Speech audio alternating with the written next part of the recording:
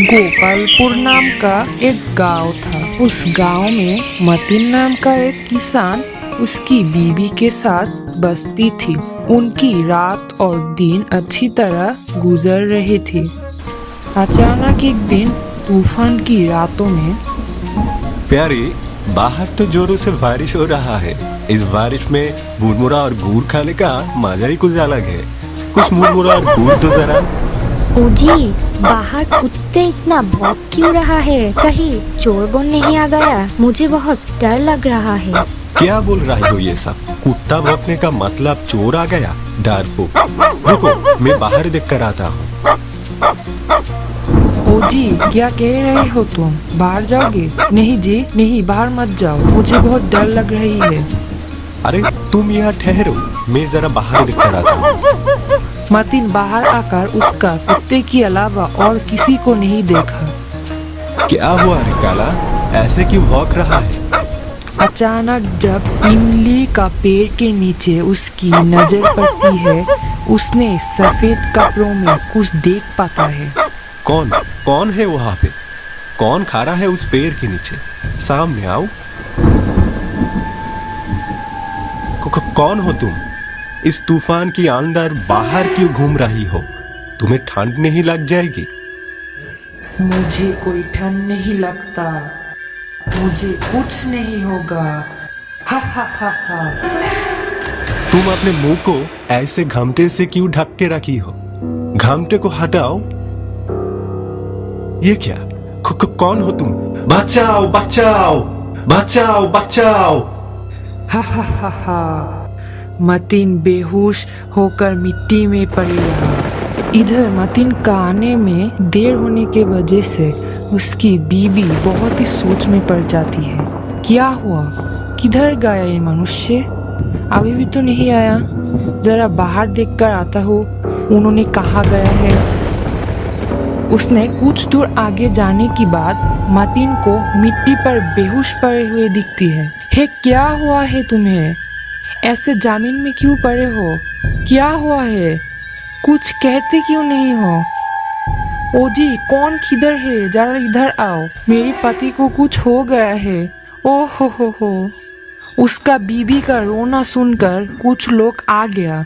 क्या हुआ ये देखने के लिए। क्या हुआ रे चाची माँ? ऐसे क्यों रो रही हो?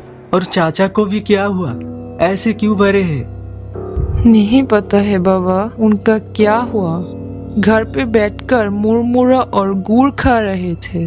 अचानक कुत्ता भौंकने लगा।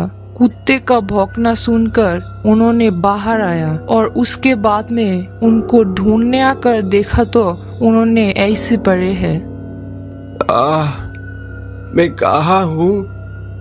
तुम अपने घर पे हो, तुम ऐसे क्यों पड़े थे? वो औरत। कौन सी औरत है रे मती? तूने तो भूत तो नहीं देख लिया? हाँ जी हाँ, भूत। सच में उस औरत एक भूती था। ए तुम सब सुनो, मतीन क्या बोल रहे हैं? शायद मतीन पागल हो गया है। हाँ जी, मतीन पागल ही हो गया है।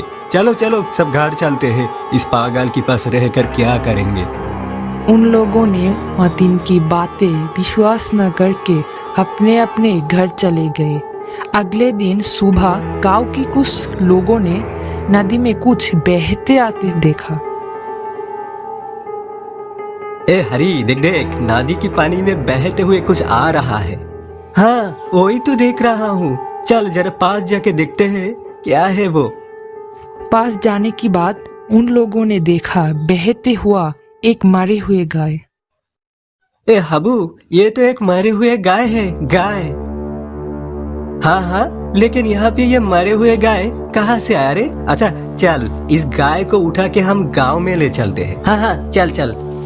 उन लोगों ने उस गाय को उठा के गांव के अंदर ले गया। इतने बड़े गाय कहाँ से आया रे? यह गाय को देखने में क्या अजीब है। मरोगे तुम, सब मरोगे। ये वो औरत की गाय है। वो हमें सबको मार डालेगा। ये पागल कहाँ से आया रे? ये उसको भागा यहाँ से। ए तुम लोग इस गाय को लेकर मैदान के अंदर फेंक कर आओ। हाँ हाँ, चल चल इस मारे हुए गाय को फेंक कर आते हैं। गांव की मुखिया की बात अनुसार वो लोग उस गाय को दूर में फेंकने चले। अगले दिन उनमें से एक लोगों की घर के आंगन में वो मरे हुए गाय फिर से दिख जाता है। ये क्या है? ये गाय यहाँ पे कैसे आया? ये तो वो मारे हुए गाय है जिसको हम मैदान के अंदर फेंक कर आया था। तो फिर ये यहाँ पे कैसे? ए हरी, रामू जल्दी से इधर आ। क्या हुआ रे हाबू, ऐसे क्यों पुकार रहा है? ए देख हरी, ये वो मरे हुए गाय है। कितने अजीब बात है, ये मरे हुए गाय यहाँ पे कैसे? उन सब लोगों ने उस गाय को पड़े हुए देखकर बहुत ही आश्चर्य हो गया। तुम सब लोगों को कहा था इस गाय को तुम इस गांव में ले आकर बहुत बड़ी गलती कर दी। अब ये गाय इस गांव से नहीं जाएगा। मरेगा मरेगा, सब मरेगा। वो औरत किसी को नहीं छोड़ेंगे। हमको शायद कोई मन की गलती हो रहा है। चल उस गाय को मिट्टी के नीचे दफन करके आते हैं। उन लोगों ने फिर से उस गाय को मैदान का आखिरी सीमाओं पर ले गया। अगले दिन फिर से गांव के लोगों ने उस गाय को पड़े हुए देखा। सब लोग हैरान रह गया। ये गाय कैसे बार बार गांव के अंदर वापस आता है? नहीं नहीं, ऐसे नहीं चल सकते हैं। जितने बार इस गाय को मिट्टी के नीचे दफन करके आते हैं उतनी बार ये उठ के कैसे आ जाता है? हाँ दादा, ये हम लोगों का भी समझ के बाहर है। एक काम किया जा सकता है दादा। क्या काम? इस बार इस गाय को मिट्टी में दफन करके पहरा दे जा सकता है। इस तरीके से पता चलेंगे ये गाय बार बार कैसे उठकर आ जाता है। उन लोगों ने उसकी बात अनुसार गाय को दफना कर पहरा देने का सोच रहे थे। ए कनाई, देख रात हो गया है, कितने अंधेरा है, कुछ तो नहीं दिख रहा है। मुझे बहुत डर लग रहा है। मुझे भी बहुत डर लग रहा है, लेकिन क्या करे बताओ। ए कनाई, ये क्या हो रहा है? लगता है बारिश आने वाला है। वही तो लग रहा है। चल उस पेड़ के नीचे बैठते हैं। हाँ हाँ चल। उन लोगों ने बारिश का संभावना देखकर उस पेड़ के नीचे आश्रय लेने चले। अचानक वो मरे हुए गाय भयानक रूप के साथ जिंदा होकर उनके सामने प्रकट हुए। ये देखकर उन दोनों का आंखें खुले रह गए।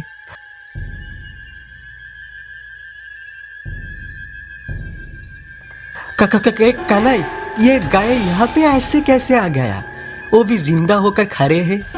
हाँ रे भूत, जल्दी भाग, हम शायद आज ही मर जाएंगे।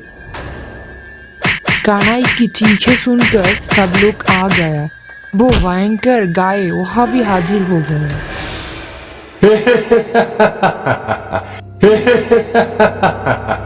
तुम सब लोग मरोगे, तुम सब पापी हो। कौन हो तुम हमें क्यों मर रहे हो?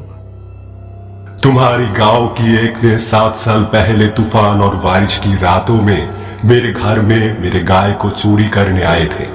मैं उनको रोकने चले तो वो मुझे मार डाला। उसका मुंह चादर से ढके हुए थे, इसलिए मैं उसे पहचान नहीं पाया। उस दिन के बाद उस इंसान को मैं ढूंढ रहा हूँ। उसका मुंह चादर से ढके हुए थे, इसलिए मैं उसे पहचान नहीं पाया। रुको रुको, तुम जिस इंसान को ढूंढ रहे हो वो और कोई नहीं, वो हरीश, जिसको तुम अभी मारा है। उस दिन मैं और हरीश ही चोरी करने गए थे, लेकिन मैं दूर खड़े रहकर पहरे दे रहा था। अचानक जब हरीश तुम्हें हत्या की है तब मैं डरा हुआ भागा। मेरा कोई कसूर नहीं, मुझे छोड़ दो, मुझे छोड़ दो। मेरा बदला खत्म हुआ, आज से तुम शांति से बच सकते हो। वो गाय बहुत से अदृश्य हो गया। गांव की सब राहत की सांस ली।